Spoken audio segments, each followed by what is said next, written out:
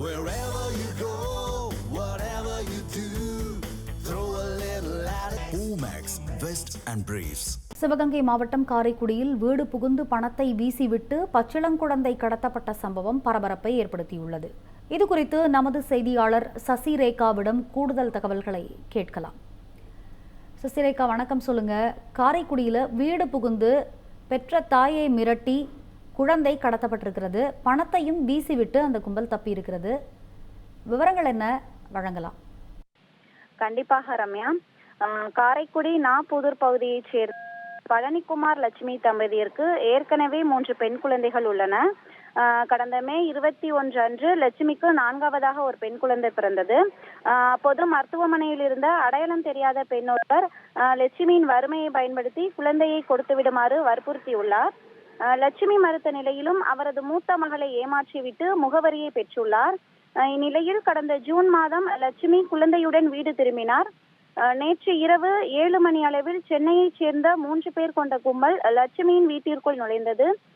லட்சுமியும் அவரது மகளையும் மிரட்டி வலுக்கட்டாயமாக 3 லட்சம் பணத்தை கையில் திணித்துவிட்டு தொட்டிலில் இருந்த 45 நாள் குழந்தையை காரில் கடத்தி சென்றனர்.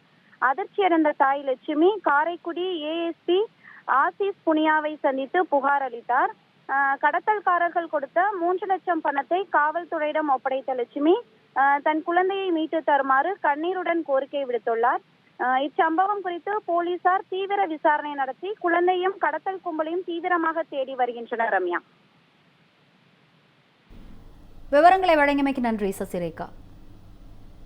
தற்பொழுது குழந்தையின் தாய் லட்சுமி அவர்கள் அளித்த பேட்டியை பார்க்கலாம்.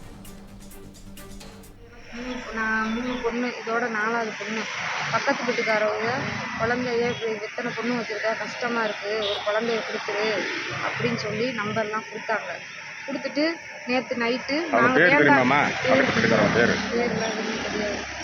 சரின்ட்டு சரி நான் பார்த்துக்கிறேன் அப்படின்னு சொல்லிட்டு விட்டுட்டு அதோட திரும்ப வந்து என்னை டார்ச்சர் பண்ணி அட்ரஸ் எல்லாம் பெரிய பொண்ணுகிட்ட கேட்டு ஆஸ்பத்திரியில் கேட்டு அது தொந்தரவு பண்ணி வந்து 2-3 வாட்டி கேட்டாக நான் இல்லைன்னு சொல்லி சொல்லிட்டு மறுபடியும் வந்து தொந்தரவு பண்ணிக்கிட்டே இருந்தாங்க. நான் எந்த எதுவுமே பண்ணேன். என் நம்பரை வந்து இன்னொரு தாளுகள்கிட்ட கொடுத்து நேற்று வந்து 7 மணிக்கு வந்து பாப்பாக்கிட்ட பணத்தை கொடுத்து எனக்கு போய் பணத்தை கொடுத்து எந்த அட்ரஸ் எந்த குரூப்புமே இல்லாமல் குழந்தைய பிடுங்கிக்கிட்டு போயிட்டாங்க. வெளியில் வந்து பார்க்குறக்குள்ளேயும் ஆளை காணோம். எதுலேயும் நாங்கள் அழுது போய் குழம்பு போய் உட்காந்துருக்கோம். காசு 3 லட்ச ரூபா கொடுத்தாங்க. நாங்கள் எங்களுக்கு மனசு கேட்கல. அந்த குழந்தை என்ன பண்ணுது ஏது பண்ணுது மனசு கேட்கறதுனால நாங்கள் போலீஸ் ஸ்டேஷனில் கம்ப்ளைண்ட் கொடுக்காது. என் குழந்தைய எனக்கு பார்த்தா எனக்கு உடனே வீட்டு கொடுங்க. நல்லா இருக்கு. தமிழ் ஜனம் சேனலை சப்ஸ்கிரைப் பண்ணாமல் பார்த்துட்டு இருந்தீங்கன்னா மறக்காமல் சப்ஸ்கிரைப் பண்ணிடுங்க.